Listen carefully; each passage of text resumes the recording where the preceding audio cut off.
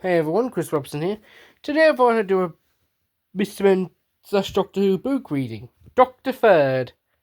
And he's got the basis of Mr. Uppity, aka Mr. Snooty. What a silly name. But here we go. The Doctor had been out shopping and he was rushing back to his laboratory in Bessie, his little yellow car. No time to waste, he murmured to himself. The Doctor was in a terrific hurry, but now Bessie was no ordinary car. The Doctor had added a few special modifications, one of which was a hyperdrive button that would make Bessie travel at supersonic speeds. The Doctor was about to press the button when he spotted someone waving on the side of the road. It was Mike Yates. His Land Rover had broken down. "Hello, Sir Mike. Any chance of a lift?" Yes, said the Doctor agitatedly. "But make it quick. I need to get back to the lab as soon as possible." "Blimey, sounds important," said Mike, jumping in. "The Doctor nodded. "It is," he said, roaring off down the road. "Some sort of experiment, is it?" asked Mike. "You might say that," murmured the Doctor. The Doctor was again about to press the hyperdrive button when they saw someone on the side of the road. Again. It was Liz Shaw, who was just coming out of the library. Her arms were full of heavy, very heavy-looking science books. "That's Liz," said Mike. "Looks like she needs a lift." "Hell's bells," grumbled the Doctor, pulling over to let Liz in.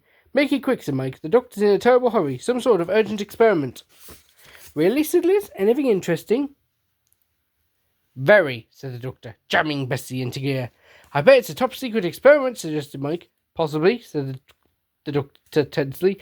For the third time that day, he was about to press the button for hyperdrive when their journey was interrupted again. It was Jo Grant. They stopped to give her a lift.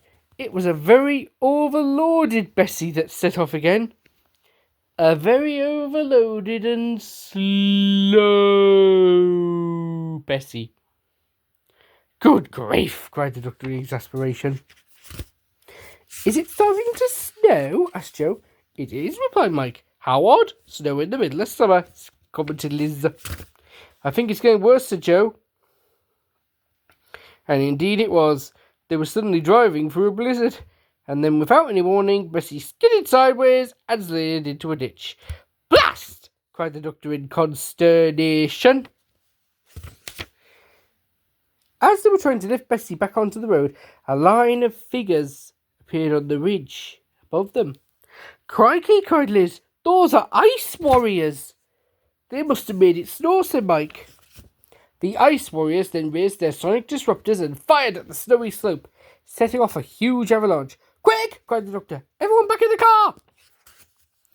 The avalanche thundered down the hill, threatening to engulf them, but at the last moment the Doctor hit hyperdrive. Bessie lurched forward and the avalanche lifted them up out of the ditch. The hyperdrive allowed them to surf on top of the advancing avalanche. Clever! As the avalanche slowed, Bessie shot clear of the snow and back onto the safety of the road.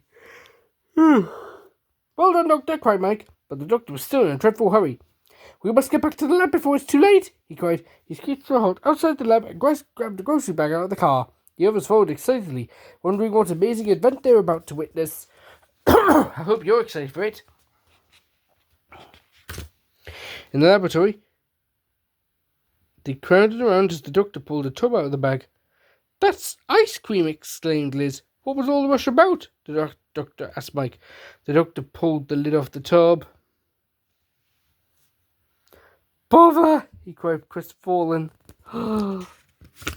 "It's melted!" Mike and Liz and Jo all looked at the Doctor. "You mean that was what was so urgent?" laughed Jo. The Doctor glowered at the tub of ice cream. "Where's an ice warrior when you need one?" he huffed.